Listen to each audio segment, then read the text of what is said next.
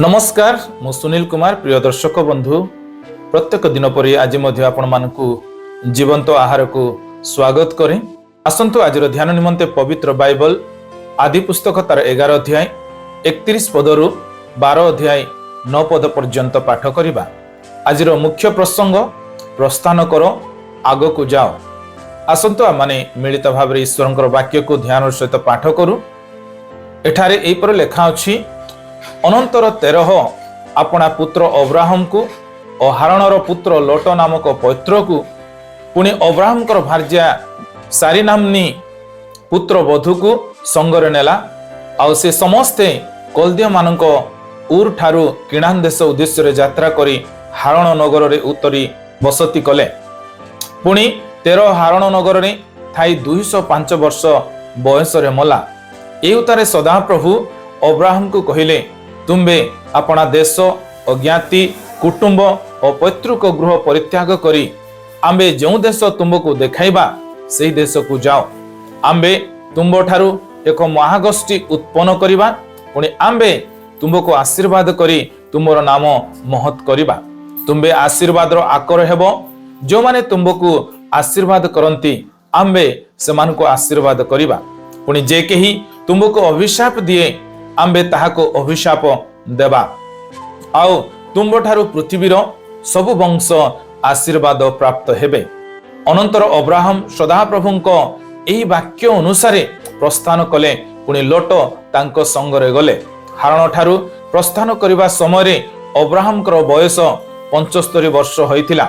एही रूपे अब्राहम अपना भार्या सारींकु और भातृपुत्र लोटकु और हारण ठारे आपना मानकर संचित धन और लवद प्राणी मानकु घेने किणान देश उद्देश्य यात्रा करी किणान रे उपस्थित हेले। अब्राहम से देश दे भ्रमण करू करू सिक्किम निकटस्थ मरीर अलन वृक्ष मूल उतरिले। से समय किणानी माने से देश रे वास करुथिले। अनंतर सदा प्रभु अब्राहम को दर्शन दे कहिले, आंबे तुम वंश को एई देश देबा। ए निमंते अब्राहम अपना निकटरे दर्शनदाता सदा प्रभु उद्देश्य से स्थान रे यज्ञ वेदी निर्माण कले। एथि उतारू से स्थान छाड़ी बैथल रो पूर्व आड़ पर्वत को जाई अपना तंबू ठिया कले। तहिर पश्चिम रे बैथल और पूर्व दिगरे अयनगर थिला। पुणी सेठारे सदा प्रभु उद्देश्य एक यज्ञ वेदी निर्माण करी सदा प्रभु नाम रे प्रार्थना कले। तहि उतारे अब्राहम भ्रमण करू करू आहुरी दक्षिण दिग को गले। पठित शास्त्रांश रे प्रभु हम समस्त को आशीर्वाद करंतु। आसंतु पठित शास्त्रांश को आमाने बुझिबा निमंते चेष्टा करू। उरोरे अन्य देवता मानकु पूजा करुथिबा 13 परमेश्वरंकर डाक पाइले किणान को जीवा पाई, किंतु से हारण रे वास कले। परे परमेश्वर 13 पुत्र अब्राहम को तांको जन्मभूमि, तांको आत्मीय एवं तांको पितांको परिवार छाड़िबा को कहिथिले।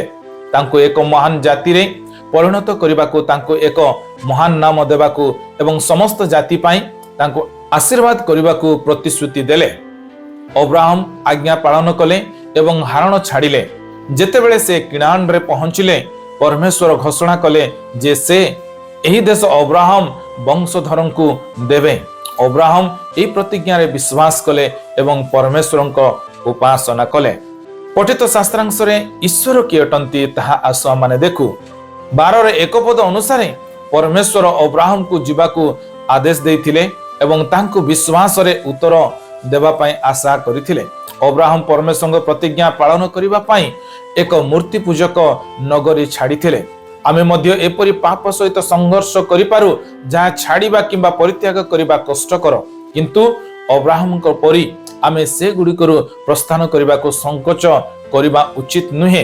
जेतेबेले आमे एपरि करू आमे निश्चित होई परिबा जे परमेश्वर तांकर अनंत उपस्थिति एवं आशीर्वाद रे आकाशर शून्य स्थान गुडी को पूर्ण करिवे।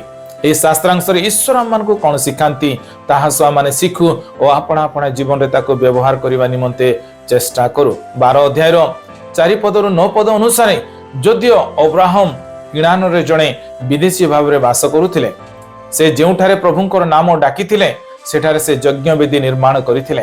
परमेश्वर आमको जो देश को नहीं जाती ताहा प्रायतः प्रस्तुत फसल सहित एक स्थान नुहे बरं विश्वास सहित चाष करने आवश्यक। आमे जोठारे आज्ञा बहतारे आगो को पाद थापिबु परमेश्वर उपस्थिति एवं आशीर्वाद आम सहित रहिबो। आज चिंतारे प्रभु आम समस्त को आशीर्वाद करंतु।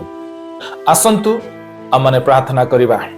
प्रेमिक स्वर्गीय पिता आज सुंदर वाक्य पाए आमे आपन को धन्यवाद दउछु। माने विश्वस्त भावरे तुमर से डाक को स्मरण करी तुमर पछरे अनुगमन करिबा निमंते आमान को सहाय्य करंतु। यीशु नाम रे प्रार्थना मागुछु। आमेन।